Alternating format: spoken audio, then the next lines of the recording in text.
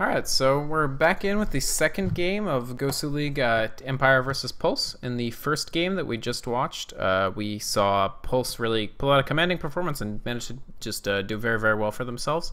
Going over Empire, which is a team I think that most people would traditionally consider to, you know, in 10 games between Empire and Pulse, most people would predict that Empire would win at least 6, probably 7 or 8. But in that last game, we sort of saw an Empire that didn't really have that, well, you know, it was sort of clear what their plan was, and it wasn't a plan that was actually able to overcome what they knew Pulse was doing. So maybe they got outdrafted, maybe they weren't really able to pick up their favorite heroes, but they weren't able to do the things that we expect from Team Empire usually, which are great ganking presence, great early game aggression, just all over the map. And so we're into the second game here. We already have some bans coming out. Some of the strongest heroes in the game are already banned. We've got Magnus, who we saw in the last game, Templar Assassin, who we saw in the last game, two extremely strong heroes, very common first bans. And in addition, also very common bans, Bat Rider, Undying. So all the stuff you normally see has been banned out. One thing that was interesting was that Pulse chose not to ban Wisp. But that the reason they did that is because they knew they had first pick and they were actually able to secure the Wisp. Wisp is not that common of a first pick, but in this case, picking it against Empire is a little cheeky and actually really smart. And because Empire really likes Wisp and they really have lots of compositions working around Wisp that work extremely well. So to take Wisp away from them is a good move.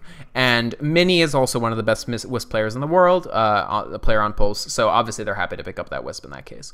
Empire responds by picking sort of also two extremely strong heroes, also ones you see almost always up front. They pick the Darkseer, they pick the Jakiro. So you got your long lane solo or your mid, and you got your great support hero that's almost always effective. So good picks from both of them, and then we sort of go to somewhat more unconventional picks. So Tiny waxes and wanes. Pulse in particular are a team that has always liked Tiny, maybe more than the average team does, so it's not tremendously surprising to see them take the Tiny. This is going to be their carry. They're going to either have Wagamama on Tiny, or they're going to have Regen, because he's sort of more traditionally played the Tiny on their team. But I think lately Wagamama has been taking the #1 role, so I think Wagamama will be on this. Basically, Tiny Wisp is a very strong combo because early on, Tiny delivers tons of magic damage with Avalanche and Toss, and later on, he's able to deal incredible physical damage with his just with attacking and with picking up Aghanim's Scepter.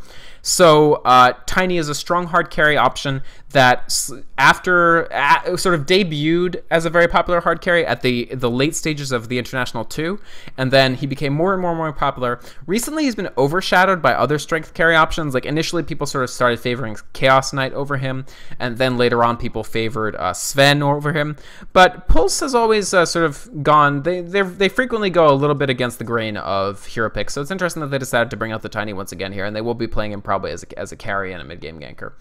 And then they pick up the Shadow Demon. This is sort of to dissuade the Sven pick. Shadow Demon is good against Sven. Empire really likes Sven, so they were like, don't go Sven. Now, we could see Sven anyway later, but it would have to be in contravention of the fact that Pulse has already picked up a Shadow Demon. So Empire may be blinking. Maybe they would have liked to pick up Sven as their third, but since they saw the Shadow Demon come out from Pulse, they decided to pick up this Clinks instead. Clinks can be played in a number of ways. He can also be played as the long lane solo. He can be played as the safe lane farmer. He can be played as a safe lane solo. Lots of different ways they can put your Clinks. He's very, very maneuverable. He's a very ganky hero. He's able to get kills all over the map by running around with Skeleton Walk, getting a lot of health with Death Pact, and then just dealing damage. So interesting calls. Then we go into the second ban phase. A lot of interesting bans here. So we saw from Empire, they take out the Lone Druid, they take out the Outworld Destroyer. So Lone Druid is a hero. They know that Pulse still needs a side lane solo. You can't play Shadow Demon as a side lane solo. He's very much like a hard support. You have to play Wisp as a support because she's essentially useless if she's not next to other heroes. And this is essentially their tri-lane. So they have Wisp, Tiny, Shadow Demon. So Empire knows that Pulse are sort of in the market for middle heroes, strong mid hero, and a strong side lane solo. So knowing that Darkseer is gone, knowing that Bat Rider is gone, knowing that Magnus is gone, they sort of start taking out Lone Druid, who's a good silent hero, and they take out the Outworld Destroyer, who's a middle carry. It would be a good adjunct carry to the Tiny. If they pick up the Outworld Destroyer, they would be able to be more aggressive in the ganking potential of the Tiny and just use the Outworld Destroyer as a later game carry. And they take out Broodmother, which is interesting. They really don't seem to want Pulse pushing. What is interesting to me is that they've left Bounty Hunter, so Bounty Hunter can be played as a long lane solo. I think they feel that Pulse might be leery of playing Bounty Hunter just because the Bounty Hunter that they played in the last game wasn't actually all that useful. He was definitely the least useful aspect of Pulse's lineup. But on the other hand, Pulse did win, so I don't know how much they'll be dissuaded from picking up that Bounty Hunter again. Pulse, meanwhile, take out other carry options. They take out this Naga Siren. This is also somewhat unconventional. We don't see a Naga Siren that often, but definitely she could do a lot to disrupt this Wisp Tiny combo. And they take out the Gyrocopter, which they just used to great effect, but they just don't want to see it again, or they don't want Empire picking it up. So yeah, I was actually, frankly, I was really surprised that Empire chose to ban Outworld and not Bounty Hunter, knowing that Pulse would have the 4th pick and they probably would pick Bounty Hunter. Maybe Empire has some sort of counteracting game plan. For instance, they could take Slardar, put Blow Your Brain on Slardar and run a tri-lane with Slardar, Jakiro, and another support, and then run Clinks in the side lane solo. They have options. Maybe they don't feel that this Bounty Hunter is that much of a threat. Maybe they don't like Bounty Hunter that much in general. But certainly they consciously left the Bounty Hunter path open when they chose to ban Broodmother and Outworld instead. So Empire picks up Leshrac, still sort of picking up a combo pieces. This is starting to really look like Chaos Knight, with Clinks as the side lane and Darkseer as the mid, or Clinks as the mid, maybe. Depends on what Pulse put as their mid. That'd be interesting to see. Pulse need a mid. Empire could use maybe a mid, or they could use a hard carry. So definitely unconventional lineups coming out. I can't say that I love Empire's drafts recently. I'm not loving this one that much yet. I suspect they're going to finish it with a Chaos Knight, because Chaos Knight Leshrac is a really good combo. You have the setup stun from the Chaos Knight, and then the stun combo to follow up from Leshrac, which gives them a pretty good pushing lineup, good ganking potential, decent ganking potential, the Clinks, the Leshrac, and just all around great heroes. But I don't know that this coalesces around one particular plan to win in some of the ways that... teams right now are very reliant on combo-y lineups. You see a lot of lineups that come together to form one very strong mid-game game plan for winning, all the team fights. In that last game that we saw, definitely the plan was Gyrocopter and Templar Assassin rule all. They just deal tons of damage. So Pulse finishes off with the Queen of Pain, makes perfect sense. Probably one of the better or the best mid left in the pool. They needed a mid very, very badly. Unless they decided to run dual lanes, they didn't really have a mid option. So it makes sense that they did go with this Queen of Pain. Also take the Queen of Pain away from Scandal. Scandal's an amazing Queen of Pain player. Even Phonic can play the Queen of Pain long lane as he did last time. So, Empire are very, very good at playing the Queen of Pain. So you can sometimes get picks like this Queen of Pain that sort of serve double duty, where, we have the Queen of Pain, we like Queen of Pain, and we can take Queen of Pain from a team that plays her very, very well. So, you see Empire, both teams dipped in their reserve time for that 5th pick, so I think they're sort of thinking, each of them are thinking, what is the last thing to put the other team into? So they go with Enchantress. This is interesting. We don't see Enchantress as often as one might expect. Both Enchantress and Chen have sort of lost popularity ever since sort of the jungling, pushing, heavy push metagame sort of went away. So it wasn't as important to get a lot of extra creeps in your lane to really push towers early. Now that that's become less important, heroes like Chen and Enchantress, where that's one of their primary functions, have also concomitantly become less important. But Enchantress is still really good, and I think she has more play in a non-pushing metagame than Chen does, frankly, although she's still less popular, because she does have the capacity of dealing ridiculous quantities of damage with this Impetus ability. So Impetus does damage the farther away the enemy player is, and you can actually pick up Aghanim Scepter to give additional range so that you can really hit from a long distance. So Enchantress's mid-game to late-game damage potential is actually very, very impressive. She does have issues with survivability. She does have a heal, which helps a little bit, but just in general, she's sort of the more balls-to-the-wall damage version of Chen. Chen's more of a defensive, I can heal, I can teleport friendly players back, more of the sort of defensive approach. You still play very, very aggressively. In fact, you play more aggressively with these characters than without them, regardless of whether it's Chen or Enchantress. But Chen sort of gives your team more survivability in fights, whereas Enchantress just gives you more damage. So, I don't know. I feel like I understand Pulse's lineup a little better. They have a somewhat unconventional choice in this Tiny, but it's still a very, it's very clear what the plan is. They're going to hard carry on Wagamama. They're going to protect him as much as possible with this Wisp and this Shadow Demon. As soon as he has any items enough to go ganking, they're going to try to portal around with the Wisp and the Tiny and get kills wherever they can. And then Rishon is just going to handle the long lane very ably as this, handle the side lane as the off lane as Bounty Hunter, and just sort of try to survive and get XP. You can can see he has a very, very defensive build. His teammates have given him additional gold. The reason you can tell that people have given somebody additional gold is they have more starting items than you can buy with 600 gold. So because players start with 603 gold, if you see somebody that has, say, a poor man's shield, which costs 550, and they have an iron branch. So these two together already cost your starting 603 gold, and then he has 200 more gold worth of items. So you sort of know, oh, he went, he must have gotten gold from his teammates. So his teammates bought this healing salve for him, and they bought this tango for him. So we got so definitely they wanted to give him the maximum amount of survivability. They were afraid that he might go up against a tri-lane. Interestingly, Empire have not chosen to run a tri-lane because they just don't really have a hero who would benefit that much from the tri-lane. So it's going to be a 1v1 top here between two stealthy heroes. So we've got the Clinks who can skeleton walk, and we've got the bounty hunter who can shadow walk. So definitely an interesting matchup here. I think early on, bounty hunter is just able to do a lot of really, really aggressive. You can see Regen feels very, very good about how he can harass Funnick here in this lane. So this might be interesting to see if they give Funnick any help or how Funnick's able to deal down. I think once Funnick gets a few levels, it's less dire than it is right now for him. But right now, it's quite painful. So Empire running what we call this is weird. Empire are doing some weird things today. So they're running what's known as an aggressive tri-lane, and the reason it's called aggressive is because rather than run your 3 people in the safe lane up here, you run your 3 people in the sort of unsafe, what's sometimes called the suicide lane down here. So they've got this Enchantress jungling in the opposing jungle, and they've got their other 2 players down here as well, with the theory that if you run an aggressive tri-lane, if you have more damage potential, you can get lots of kills in the aggressive tri-lane. However, yeah, I don't think that's... I'm not sure if I agree with Empire's thesis, because Darkseer has damage potential, Jakiro is great, and Enchantress can deal a lot of damage after level 6, and they do manage to kill off Shadow Demon, but they lose First Blood, so the gold there was not in their favor. Again, they're running Blow Your Brain on a hero that you do not expect to sort of anchor your team usually, but if I had to guess, I think Empire's thinking goes a little bit like this. We're already a team that is very, very strong early on. So if the other team counters Sven, or they counter Chaos Knight, or they just otherwise have heroes that make it difficult for us to run our preferred mid-game carry, we just won't run a traditional mid-game carry, and we'll leverage the fact that as a team we're very, very strong early to just get a composition that's just very strong early all around. And this is great. They're going to do a ton of damage to Wagamama. I don't know if they'll kill him, but they will do an incredible amount of damage to him. If you can get that stun with the Jakiro and get behind him with the Darkseer, just this Ion Shell damage alone, this damage over time, is going to be extremely, extremely effective.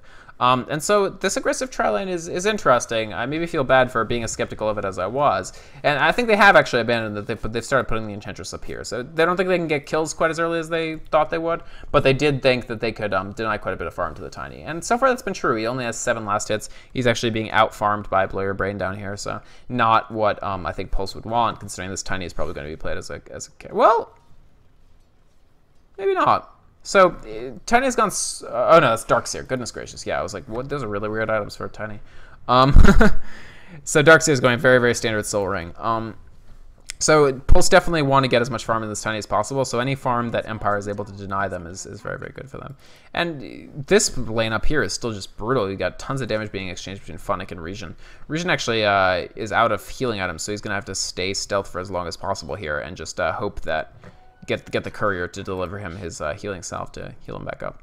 So in the middle, we have Scandal and sort of occasional help. Ooh, wow, that's an interesting pickoff. Wisp was out here just trying to... What was he doing? Just sort of wandering around, warding and stuff. And Jakiro finds him, and with the double damage run on SS and the stun from Ice Path and the additional damage from Dual Breath, he's just able to pick off Wisp right there. So that's great for them. Definitely shutting down Mini, making sure he doesn't get the levels. He's only level 2. If he doesn't get level 6 in a timely fashion, they won't be able to gank. And if you can't gank with Wisp, then Wisp is substantially less effective than she would be otherwise. They're smoked. I don't know what kind of pickoffs they hope for here. I think they want to avoid the Enchantress because they want to go mid. They want to pick up this. They want to pick up Scandal in the mid. So they choose Leshrac to go mid. Leshrac is a fine mid. You don't see him that commonly just because other heroes maybe have more compelling reasons to get levels early, but he's perfectly capable of doing it, and I think he's doing okay. Yeah, he actually has 22 last hits to Queen of Pain's 15. Now, part of that is that he had additional support early, but still. They do a ton of damage to them, but I don't know if it'll be enough. Yeah, they would have to gambit a lot to actually kill off the Leshrac, so they don't manage to get him. Part of that is, we got these level just hit 3. Actually, he only had, if he had level 2 of spirits there, that doubles the amount of damage the spirits do collectively, so that might have been enough, but it just wasn't. And Empire used that, the fact that they saw these heroes go away and try to kill Scandal in mid. They've got all these wards, they've got so much vision. Oh, wow. How did... I actually have no idea how they managed to pick off Queen of Pain there. That's my bad for missing that, but Empire doing an amazing job of being like, of essentially counting on the place where the Pulse heroes aren't to sort of pick them off. But Pulse turn this right around on them. They managed to get a kill. I don't think they would get Goblak, but they did manage to get SS or Jakira very easily there. Goblak gets away. He has that surge from Darkseer, but good play from them. Good play from Pulse. Sort of own it. We just gave up some kills. Maybe we didn't want to give up all those kills, but we'll turn it right around and get kills on the way back. And they managed to get Blow Your Brain, which is fantastic. Blow Your Brain is their main farmer right now. So pretty interesting game in the sense that heroes will move around, and then there'll just be kills in the part of where those heroes aren't at any given time. And as I sort of predicted, Funnick has had a much easier time after getting some levels. So he's level 7. I think Regent's... Okay, he's just hit 6, so he's almost 2 levels behind. And he's really being harassed out. He's having to bottle Crow to get this bottle sent back to him so he can actually heal up and stand up to Funnick. So Funnick definitely in much better shape. Interesting, he's got this double Sage's Mask to give himself enough mana regen to constantly use these searing arrows. So every time Bounty Hunter comes out of stealth, ooh, Fishbone in a lot of trouble here. Every time Bounty Hunter comes out of stealth, Clink's gonna just do a ton of damage to him because he always has that mana. He always has that extra XP from the ultimate. Minion in a lot of trouble here. Really good tether there to try to escape. They might get Blow Your Brain again. Will they? They might not. Wow, this is a chaotic fight. We got 4 down here from Empire. Mini's hiding extremely well, but they know where he is. There's only one place that he can be. And Wagamama is trapped in, so they're going to lose everybody here. Wagamama doesn't have the mana to actually do any more damage.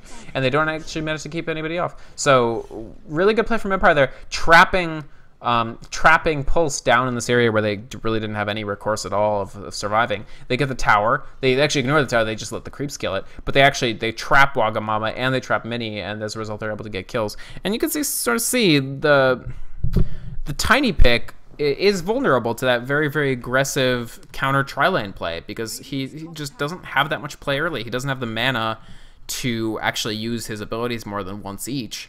And he sort of has to have a bottle sent to him. This is just, I think they have 3 bottles. Yeah, so Pulse have 3 bottles. And you can only fill 1 bottle at a time from these runes, and that almost certainly is going to be the bottle that Queen of Pain is holding. So you've got 2 more bottles that need to be filled by Courier Ferrying. They do get Blow Your Brain there just with the extreme damage from that Avalanche Toss combo, so that's good. So there's some bright news for them. But this 3 bottle thing, they only have 1 courier. This is almost one of those cases where you might want a second courier just because you're using the courier to ferry bottles to and from top lane, and you're using it to ferry bottles to and from bottom lane. And it can't do those 2 things at the same time. Those are opposite lanes from each other. But this Battle of the Stealthers here is interesting. Interesting as it may be, though, wow, this not a great play from Regent. If he had gotten that track off, he would have been in much better shape vis-a-vis Funnick than he would if he didn't. And he took a ton of tower damage. And now Funnick, because he built the Sage's Mask portions of his impending Orchid early, he has the mana that on every cooldown he can use Death Pact to get a heal-esque effect. So Regent there just putting up track and immediately going back into stealth, just still too scared. And the problem for Pulse, well, actually, they're going to get some kills here, most likely. They're going to definitely get Goblak. He's all slowed down. Yep, he gets a Centaur tossed into him. SS might die. Yeah, great work by Pinoy coming down here. So they do manage to get several kills off on that. Very good work from them, brings them to parity on kills. The issue for Pulse is Funnick already has 65 last hits to Regent's 22. And Clinkz is an extremely good 1v1 hero. So if you're solo in a lane, Clinkz is very able to go one-on-one solo against anybody. Like, few heroes are going to beat Clinkz in a 1v1 lane. Because if you can't, let's say you can't kill him, then you have to out-farm him. And you really can't out-farm Clinkz in a 1v1 lane. He's got this great Searing Arrows damage, great harassment potential. And so consequently, he can be 48 last hits and 2 levels up on you. And that's not a great situation to be in. Right now, he's under some threat from Regent, but I don't know if he'll actually be able to kill him. Yeah. The problem is that even though Regent moves quickly with track up, it's not quick enough to outrun a Clinkz who can go at max speed, or 50% additional speed with skill and walk. So definitely an interesting game. I think this Clinks will pose problems later. He is well on the way to his Orchid. You can see he's actually making his Orchid before Boots of Speed. Oblivion Staff, double Oblivion Staff means Orchid always, and Clinks almost always builds Orchid. The reason you build Orchid on Clinks is you're a ganking hero. You run around killing random people all across the map, and if you start on somebody from stealth and you manage to silence them with the effect from the Orchid and cause them to take 25% more damage, more often than not, that's a kill. Like, you're gonna get that kill. Right there, he gets that kill just by very clever positioning. But usually, more often than not, you just get the kill by dint of they're silenced, so they can't blink away or run away or do anything to slow you down. They're taking 25% more damage, and you're just, at baseline, you're just a very high damage hero. So an early Orchid and early levels on Clinks are just exactly what he wants, and exactly what Empire wants in this sort of aggressive game plan. Especially because, I mean, Blow Your Brain is not going to be doing tons of damage in this game because he's Darkseer. He will deal damage with the Ion Shell, but he definitely won't be being a melee carry. Like, not even as much as the Magnus in the last game. In the last game, we sort of saw Magnus build up the Battle Fury and maybe more damage items later if the game had gone any later. So Blow Your Brain was sort of building Magnus as a carry, but you cannot build Darkseer as a carry. You can build him to be very tanky, you could build him to support your team, but you can't build him to just deal tons of damage. It just won't happen. So in this case, you see him, actually, he is finished, well, he's almost finished with Mechanism. So he will be building these sort of team supporting items like Mechanism, and they're going to rely on Funnick for the damage dealing, which is a fine plan. I think so far it's definitely borne some fruit, and we'll just have to see as the fights open up and they sort of the teams really start slugging away at each other whether that works out. The good news for Empire is I still think Wagamama gets taken down there. Wagamama's in not great shape. He only has 32 last hits. He has worse farm than Blow Your Brain, and he's just getting repeatedly picked off. The only times when Wagamama is getting kills or getting space, I mean, he's 6-3, but the 6 kills all happen when they bring like 3 or 4 people there, and that's time that he's not farming. So tough situation for Pulse in that respect. I don't know how long it'll be for this Tiny to actually get the farm he needs. And meanwhile, this Clinks is growing ever more dangerous. I don't actually catch that kill. It's my fault, but they're very much in danger of Funnick peaking far earlier than Wagamama could. So Wagamama at this point only really has his boots. He has Bottle and he has boots. He has his Bracer, so he's going to make drums. But it's just not great, and especially compared to the Clinks. And just Funnick, you can see, already taking a really dominant stance in this game. I'm not sure if the 1v1, yeah, this is brutal. I just lose a ton of heroes right in the middle here. I'm not sure if this 1v1 play with the Bounty Hunter was as good as it could have been. I feel like maybe they needed more gank support. We saw that early on, Regent was able to the Regent playing on Bounty Hunter was able to bring Funnick on Clinks pretty low several times, but it was never actually enough to get kills on him. And now he's 4-0-1. He has his Orchid done. He already has 1,200 gold. This Clinks is going to become more and more of a problem, and I just don't know that they did enough early on to stop what a lot of people regard as Empire's best player from really just taking over the game. And I think that's what we're sort of seeing now, is that he can really oppress Pulse quite a bit. And they're down 3 towers as well. So, interesting game. I don't know about this Tiny pick still. Like, I was questioning Empire's picks, but definitely more so after I saw the clever laning that they did, and after I saw the fact that they were able to shut down Wagamama so effectively. Now I'm sort of seeing that their game plan all along in this game was for Funnick to actually carry this team and sort of damage. And even in a complete 2-on-1 situation there. So it was absolutely 2-on-1. Oh, he does actually get clipped by the Queen of Pain ultimate. I think they thought they missed it, but they didn't. But because he's stealth, they aren't actually able to kill it. So essentially a 4-on-1 there. So 2-on-1 with the Wisp and the Tiny, and then another 2 coming down in the form of the Shadow Demon and the Queen of Pain. And it still wasn't enough to actually kill Funnick on this Clinks. So I really don't know how they can possibly deal with the Clinks if 4 people isn't enough to do it. And he has the run of the roost at this point. So, rough situation for Bulls in that respect. The silver lining is they could be doing a lot worse on Wagamama, and he didn't die there. He's going to have his drums soon, so it'll be very quick. After that, I would expect to see him build Yasha. They are starting to port around, so they are starting to actually do this game plan of running around with the Tiny and the Wisp and getting kills where they can. But Empire's able to counter that semi-effectively. We see this Clinks running in. He might actually pick off Wagamama. Good stun, good counter stun. They will kill Funnick, I think, but not before he deals a ton of damage to them with counteract. So they lose 2. Funnick actually immediately buys back. He feels he has just so much gold that he's comfortable doing that. Regent puts track on Blow Your Brains just so they can get away. Blow Your Brain is actually still chasing. I think he feels good about this. Yeah, he shouldn't. He can't actually do this. He's just being aggressive, just putting pressure on it, putting pressure on this tower as well, using the Enchantress creep to push. I think Empire... Oh, wow. Yeah, actually, Funnick, a little bit of troll move there. He eats the Enchantress creep just to give himself a ton more HP to have more survivability. But they could have also used that Enchantress creep to tank this. So, that's kind of funny. But, basically in sum... Pulse really need a way to figure out a way to deal with this Clinks. And even when they're able to in the last fight, they barely managed to trade, because the fact is, Clinks is not the only player on Empire. Empire is able to deal a ton of magic damage and a decent complement of stun to complement the damage coming out from this Clinks. And so if Pulse have to expend almost all of their energy dealing with the Clinks as soon as he jumps into a team fight. So Pulse initiated that fight. They picked the fight. They jumped in with a Tiny and the Wisp. But as soon as Clinks walked in, they were on the back foot. They were like, okay, now we need a way to deal with this. So Empire, you can see, just freely farming the jungle of Pulse right down here. So feeling very, very confident, feeling very good that there's really nothing that Regen and company can do to them. Pulse disagree, maybe. It looks like they might go in, but again, this Jakiro area denial is just great. He puts down the Ice Path, they vacuum right on top of it. Ice Path will stun no matter when you walk into it, as long as it's down. So if you Ice Path and then you vacuum people on top of it, they will actually get stunned. So that was their plan there. The vacuum didn't actually land, but, I mean, it's close enough. It's close enough to scare Pulse away. You can see very interesting wording. You can see that the action is definitely focusing up in this middle area, I say, as Clinks picks up Bounty Hunter over here. But you can see it's just mass wards. Like, everybody's warding the middle. Everybody wants vision of this middle corridor here, because this is where the action is right now. So you see plenty of sentry wards going out from Pulse, the idea being to see Clinks approaching in the Skeleton Walk. You could see plenty of action from... You can see plenty of wards from Empire, sort of seeing deeper into the jungle.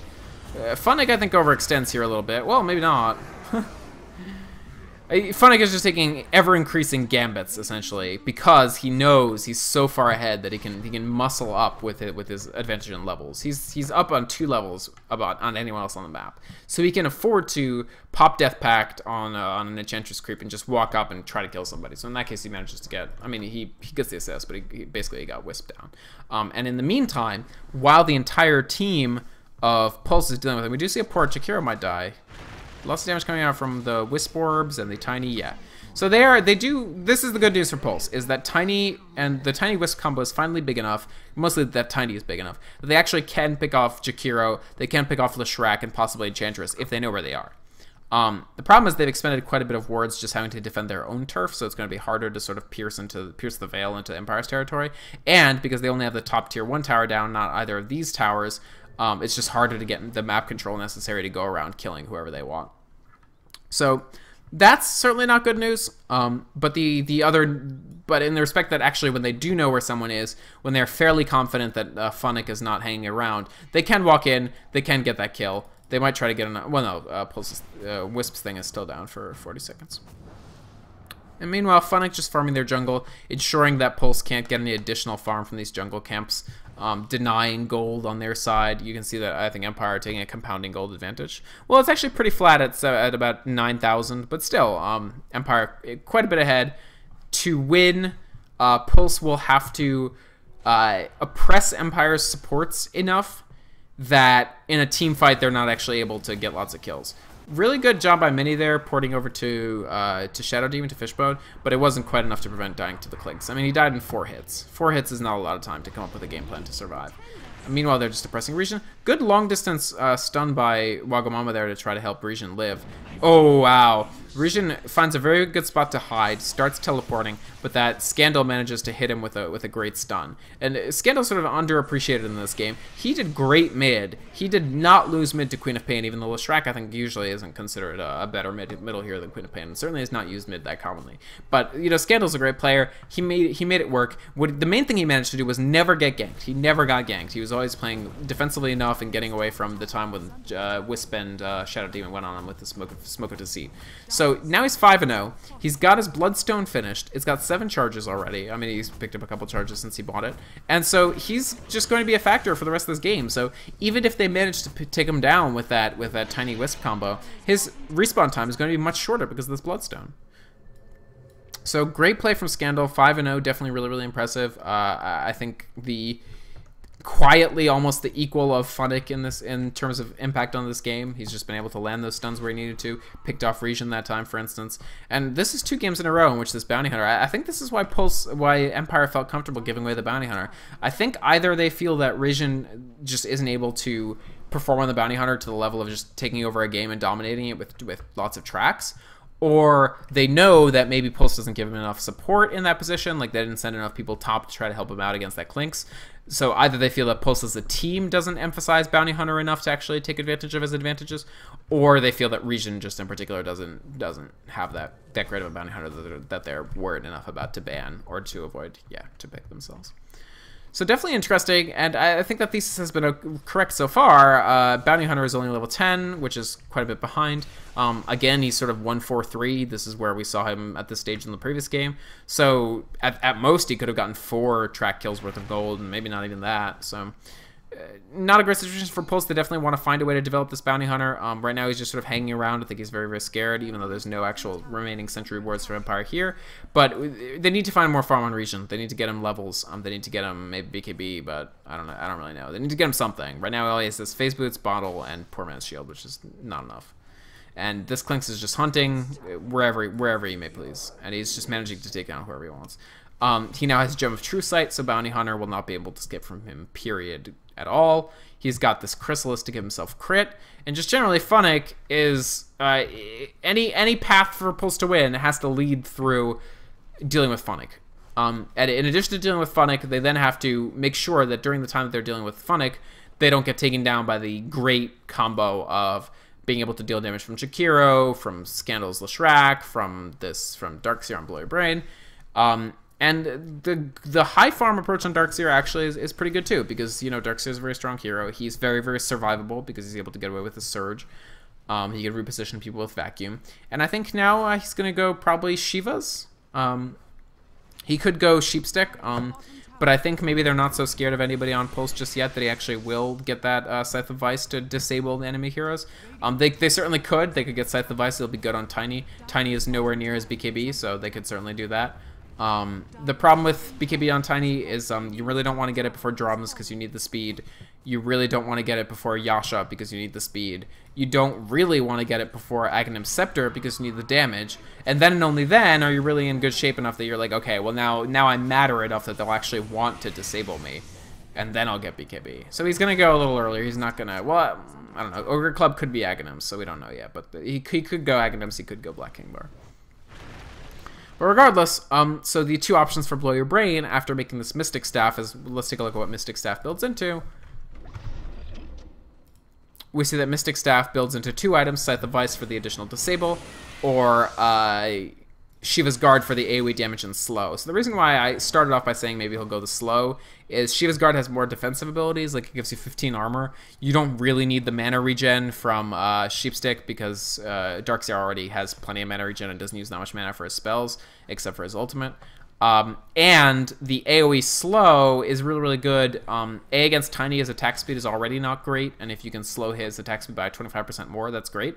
But also, people who move slower are much more susceptible to Funnick's damage.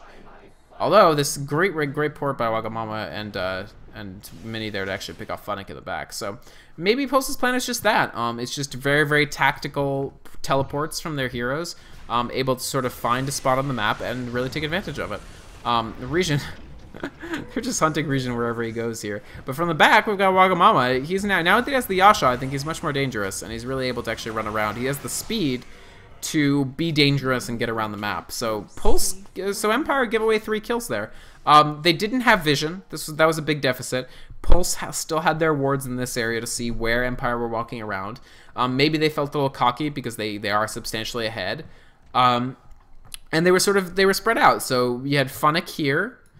We had and then we had the rest of the team sort of spread out over this area. So Jakiro ended up having to put a very subpar macro power down. Like, it wasn't his fault. He didn't have many places to actually put it that were good. Funnick died, and they were sort of just on the retreat right from there.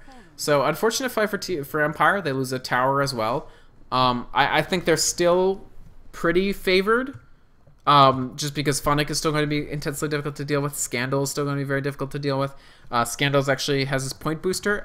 Frequently, Leshrax will actually just go naked point booster, but I think in this case he already has the Bloodstone. He's probably just going to go ahead and build Aghanim Scepter. And once he is done with Aghanim Scepter, which he could build it as soon as 400 gold from now, if he's not saving for buyback, which they don't really need yet, he could make his Aghanim Scepter very, very soon. And he's got this Aegis the Immortal as well, so he's just going to be able to deal a ton of unanswerable damage in addition to Funnick. And now they'll have not one target that they need to worry about, but 2 targets. So they've got Funnick who can deal tons of magic, and now he's just going to kill off Pinoy.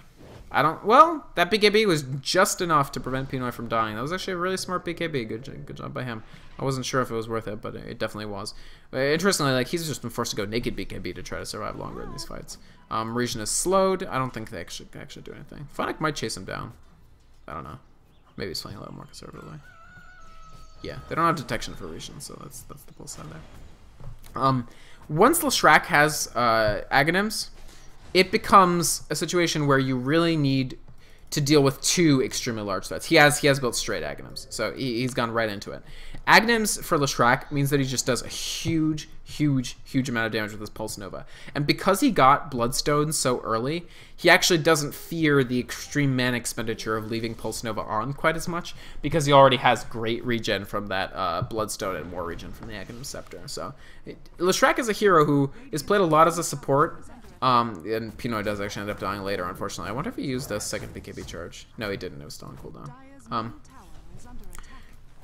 Leshrac is cool because he's frequently played as a support. Like, you don't usually put that much gold on him, but gold on him is great. Like, at certain supports, you get a lot of gold, and you're just like, well, I don't know, I'll build a Scythe of Vice, I guess, at some point. But Leshrac has very, very good uses for any farm that you put on him, because any farm that gives him more sustainability, any farm that gives him health, and any farm that gives him mana regen and mana is fantastic, because it just means he saves up for longer, he gets bigger, and he's just able to deal a ton of damage. So interesting fight there. Again, sort of Clink's just being very, very aggressive. That time with the addition of Blow Your Brain. They trade 1 for 1. Clink's walks away from the fight. Blow Your Brain does not, he dies, but Blow Your Brain is almost at his Shivas already. It's actually extremely close. He's within 400 gold of his Shivas. And that'll just give additional team fight conniptions to Pulse, because they're going to have 2 threats that just need to be dealt with in the form of Scandal and in the form of Funnick. So this Leshrac and this Clink's. And then they've got this Darkseer who's being a pain and running around slowing them all with Shivas and vacuuming them and putting the Wall of Replica up. And Enchantress has no slash in the damage department either. She's certainly nowhere near her Aghanim Scepter to start dealing damage because she's been supporting. But, you know, she's no slouch either, just with a naked impetus to deal quite a bit of damage. Only level 10, but she'll be level 11 to get the rank 2 impetus soon enough. Region doing some good farming here, managing to get farm where he can. Again, he's gone the Vlads. In this game, Vlad's actually will buff the other carry, so Wagamama will be able to deal damage, more life steal, and more armor with that Vladimir's offering. And Wagamama is done with his Aghanims as well. He decided not to go BKB, which is smart. Like I said earlier, like, you really want to be a threat. You can't just be survivable. It's not enough, especially because your Queen of Pain, Pinoy, went straight BKB, which actually has not helped him survive because he's just getting picked off by Clinks. But he went straight BKB for survivability. So if your Queen of Pain has BKB, your Bounty Hunter has support items and had a slow start, and you go defensive on your Tiny, where the heck is your damage supposed to come from? Like, what are you actually supposed to do? And I think that's the thinking behind, no, we won't change our game plan. We are going to go the pure carry Tiny build. The Yasha, the Aghanim Scepter, backtrack into the Manta style, and then maybe BKB. So, Funnick tries to go in there to kill Mini. Certainly he does a lot of damage. It's very, very scary to be Mini right now with this Funnick on the loose. And he actually still is in Skeleton Walk, so could always come back and try to do it again. No, Mini does port out. But Wagamama just sort of answers that with, what? Like, don't hurt my friend. Don't hurt my Wisp. I'm busy. I need him. I need that Wisp. So, you know, they are actually managing to do a much better job of shutting down Funnick, and Funnick's farm on Clinks has sort of flatlined. We saw him have the Orchid a while ago, and we saw him starting to build the Chrysalis a while ago, so now he has the crit, he has the Orchid, and he's going to make BKB, so that's smart. This is going to be his full BKB. Okay, so Funnick actually has his BKB complete. But certainly his farm has somewhat slowed down. This will rocket him back to the top of the standings. And BKB is great for him because then he doesn't need to worry about that Tiny stun. Like, even if Tiny manages to stun him, he can still make sure that that Wisp dies. That Wisp will die because he'll just kill it before Tiny can do anything about it. Fishbone's in a bit of trouble. That was a good defensive disruption. It's just doing a soul catcher for fun, I guess.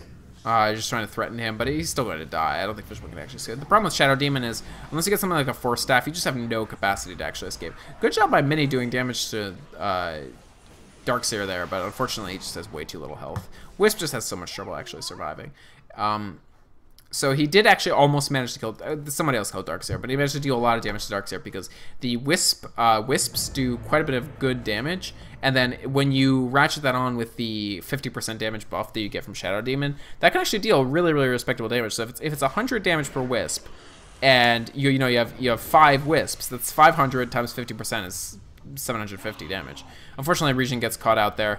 Good job by Empire spotting them out, and now with the loss of Regen, I don't know that Pulse can really contest this Roshan that's coming up. Maybe with him they could have done it, but I don't know if they can do it without. They know. I mean, they know Empire is doing Roshan, but they don't really have great options as to how to deal with it. I think they would like to. They're certainly standing around here, but they do port in. They do have Wagamama, but nobody can be, right? So he just stands there and gets hit. And he runs out. So Scandal goes down. But it's only a 20-second respawn because of the Bloodstone, and they lose 3 heroes, and they may very well lose Wagamama. This is sort of the problem, right? Like, wow, just crazy. They pop the Orchid, they pop the Shivas, they do the damage to the Enchantress. This is the problem. I almost think they should have told Pidoi that to just deal with it and build damage items on the Queen of Pain, and not build the BKB, so that they would be free to build the BKB on the Tiny after Yasha.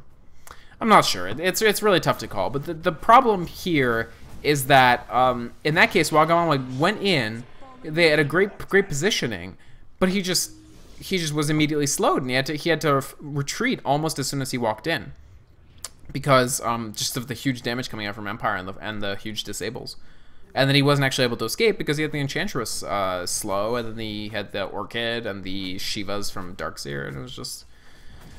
all in all, Wagamama was just not able to really contribute to that fight at all. Like he walked in, he did a couple swings from his tree club, but other than that, he did almost nothing. And this BKB from this Klink's definitely a major threat as well, because he can't be stunned, he can't be disrupted. A lot of Pulse's game plan is just nullified by the presence of the Klinks. They are going to get this tower, so that's kind of smart. They just do a quick... Wow, they're actually going to lose to backdoor. Oh my goodness, that is so unfortunate. Wow, they teleported up to try to kill this tower, but because they had, when you have no creeps near a tower, there's an effect called backdoor protection that makes it not take damage from you and actually heal very quickly. And they didn't have quite enough damage to actually bring this tower down, so it ended with more health than it started with, and they were forced to teleport out. And not only that, Mini's tether to Tiny, to Wagamama, expired before he ported back, so Wagamama was forced to use a teleport scroll to actually go home, rather than just coming home on the Wisp train, which is sort of like adding insult to injury. That's like, you know, like your significant other drives you to the train station, and then there's no train, and then in addition to that, they don't drive you home, they just go home. So a lot of trouble for Pulse here. I think Empire are feeling confident enough that they can just push down the tower here. Scandal has tons of damage. They're very, very threatening. He has tons of farm. He still has this Bloodstone. It's back up to 8 charges. He's building his BKB as well to make himself invulnerable to the Tiny stun. I think once they have BKB on both Scandal and Scandal's extremely close to it. He's 300 gold away. Once they have BKB on both Scandal and Phonics Klinks, it's going to be so difficult for Pulse to do anything, because they're really not that close to the BKB on the Tiny. Like, their inability to disable these 2 huge threats is just going to be extremely rough. They do actually manage to do a lot of damage to Scandal there, not quite enough to kill him, and then Empire turns it around. So that's the thing. You have to kill these extremely high-value, high-level, high-threat targets. And during that time, it's not as if Empire are helpless. They've got all these backup plans, all these other routes that they could take to victory. And so even without, again, for the second straight game, without a strong hard carry option, they're able to put together these compositions that are just strong enough. And I think in this case, the Tiny pick was also a little cheeky. I think Tiny just gets strong a little too late to have a place in a situation where your Klinkses are running around just dealing incredible damage from 10 minutes on, because Tiny's damage really is just not incredible at the 10-minute mark. Like, he does have some play in terms of magic damage, but it's fairly infrequent, and I don't know. Just not sure he's really the best choice that Pulse could have gone with in this game. I mean, they had the Shadow Demon. They could have gone Sven. Like, I think Sven would have been better in this case, honestly. And Empire wouldn't have the option of countering him with Shadow Demon because Empire, like, Pulse already had the Shadow Demon at that point. So, I mean, I think part of it is the picks, part of it is the execution. Empire played a smart, aggressive tri-lane that they used to pressure very, very heavily. Pulse was completely ineffective in stopping Funnick's farm top. They didn't even try. They put the Regen on the Bounty Hunter one-on-one against the Clinks, and it really didn't work out. Bounty Hunter lost. It's safe to say he lost to Clink's top, and Clinks just sort of snowballed from there, got his Orchid early, was running around hitting people, and just now he's 16-3, right? I mean, Wagamon was 10-4, so he's been doing well. He's been pushing this Tiny for all it's worth, but, you know, their inability to stop the farm on Funnick, their inability to do much of anything about Scandal. In that last fight, I think if they had killed Scandal, they'd be in a much better shape, but they didn't. And now he's running around getting even more stuff. I think he's almost at his BKB. He's going to be pretty close. And now he's up to 10 charges on his Bloodstone. So, you know, you have a magic immune Leshrac that even if you kill him, he'll be back up really quickly. He's got the Aegis of the Immortal, so I mean, he's back up immediately, technically, and then really quickly if you kill him again. So 3 lives, let's say, roughly speaking. The Aghanim Scepter to deal tons of damage, the BKB for Magic Immunity, and I bet he's leaving this Boots of Speed naked because he's going to make Boots of Travel next. So it'll be a teleporting, 3 life, damage dealing, stunning Leshrac. And that's without even talking about the story of the entire game, which is Funnick with his Extreme Critical Strike, Orchid, Magic Immune, Clinks. So to pull back into this game, Pulse need to slow it way, way down. They need to make sure that Regen actually starts building real items. So far he's building pure support. He's sort of got this Vlad's just to help Tiny out, which fine, that's smart. He's got a bottle, which just sort of get mana. And now he has Ghost Scepter. So Ghost Scepter is exclusively to not die to Clinks. That's the only purpose that item could possibly ever serve on Bounty Hunter, because you sure as heck are not going to turn it into an Ethereal Blade later. So really that Ghost Scepter is just to not die to Clinks, and sooner or later he's going to have to get items that do stuff besides not die, because, you know, like, okay, now you don't die to Clinks, but you probably die to Scandal, so what are you going to do? Are you going to make a BKB? Like, he could, and he might, but then all of his slots are filled with, you know, survivability items, and that's sort of Pulse's problem. They have a lineup that is, in theory, puts out tons of damage, but they were forced to go so defensive that other than the Tiny, they really don't have that much, and they are going to come in. They are going to start to pick a fight here. Regen does pop that Ghost Scepter to get away from Tiny, to get away from Clink, so that was effective. Wagamama's attack speed is so slow. Now Funnick pops his BKB. Funnick is going right back in here. Fishbone's going to get picked off. The Shadow Demon's going to die. Regen still doesn't have the survivability. His Ghost Scepter wasn't up. Great ult from Pinoy, and he pops the BKB, but he's still taking incredible damage. He doesn't even manage to escape, even with the BKB up. Wagamama's attack speed is super slow. He doesn't even manage to get Boyer Brain. That, I can't imagine that is very fun to be in position for them. Interestingly, Darkseer builds this Oblivion Staff. I don't know if he's going to actually also make an Orchid, or if he's going to make a Refresher Orb. Maybe I'll make Refresher Orb. That'd be fun to see. I would sort of prefer Refresher Orb. But in any case, that was just an extreme. This is over, essentially. Pulse can't get up. They do probably have a buyback or two. They have some buybacks, but they're not bothering. And they're down 2 racks. They're about to be down 4 racks. If I were Empire, they could either push for the GG right now, or they could just push down this tower and get the 3rd set of racks, at which point Pulse's chances are beyond going. I think for Pulse to have won, they would have needed to have a much, much better team fight in the last one. They would have needed to convincingly win that fight. And I just don't know that they had the tools to actually do so. They were building Sheepstick on this Queen of Pain, which is smart, but now she's not even quite able to reach it. They are all coming up, so they will be able to defend their last set of racks, and they have the warrior spirit, which I admire.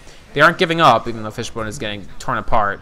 They do have 4 heroes up. They could theoretically defend this this tower, but only really in theory. Wagamama's running around. Again, Wagamama he's not quite farmed enough, I don't think. Yeah, he just gets picked off by Funnick there. He buys back immediately. He does have the gold too. It's smart. You save your buyback for the last possible moment. But even the Jakira's on a dominating spree now, so, like, I don't know. They're pushed back into their fountain. They might get Funnick. No, I don't think they will. No, they won't get Funnick. The other thing about Tiny is his attack speed is so low.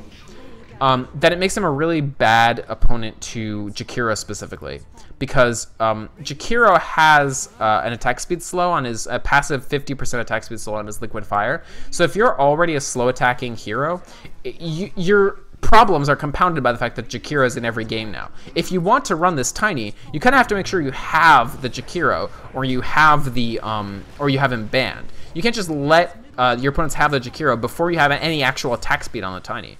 So Yasha gives a little bit of attack speed. The Manta style that it gets built into gives it, and later Tinys typically go Assault Cuirass, at which point they have a ton of attack speed. But before any of that, you're just, if you're attacking once every like 3 seconds, the other team can just kite you trivially easily.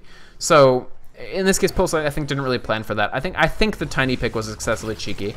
Since they had the Shadow Demon, which counters Sven, they should have just taken the Sven, I think, instead of the Tiny. Now, if they had taken Jakiro first pick, or sorry, if they had taken Wisp and then they had banned Jakiro earlier, then maybe, yeah, sure, take the Tiny and just hope that you can live through it. But in that case, if they had the Tiny and they had the Jakiro, or the Jakiro wasn't in the picture, they would have still needed a plan to deal with Klink's top, and not just say, oh, you know, Bounty Hunter, he can probably 1v1 Klinks. I mean, he can track him. Yeah, sure, he can track him, but he can only track him after he hits level 6, and once Klinks gets a few levels, he can really, really bully that Bounty Hunter. And you know that Funnick is an amazing player. He's possibly the strongest pound-for-pound mechanical player on Empire. So you need a plan to deal with him that doesn't involve just letting him have a free lane for ages and ages. And, you know, I mean, really the game was over pretty soon. You didn't have to wait for 2 sets of Boots of Travel and BKB and Insane Damage on 2 characters to sort of see it. But really it's just a deficit of having quite the game plan that Pulse would have needed to actually make their lineup work vis-a-vis the lineup that Empire had. But good game to Empire, absolutely. And 2 good games to watch. I really liked Pulse's lineup in their play in the first game. They really took advantage of what I think was sort of an unfocused group composition on Empire's part. But then you see that flipped around in the second game, where Empire really took advantage of what was essentially an unfocused group composition on Pulse's part.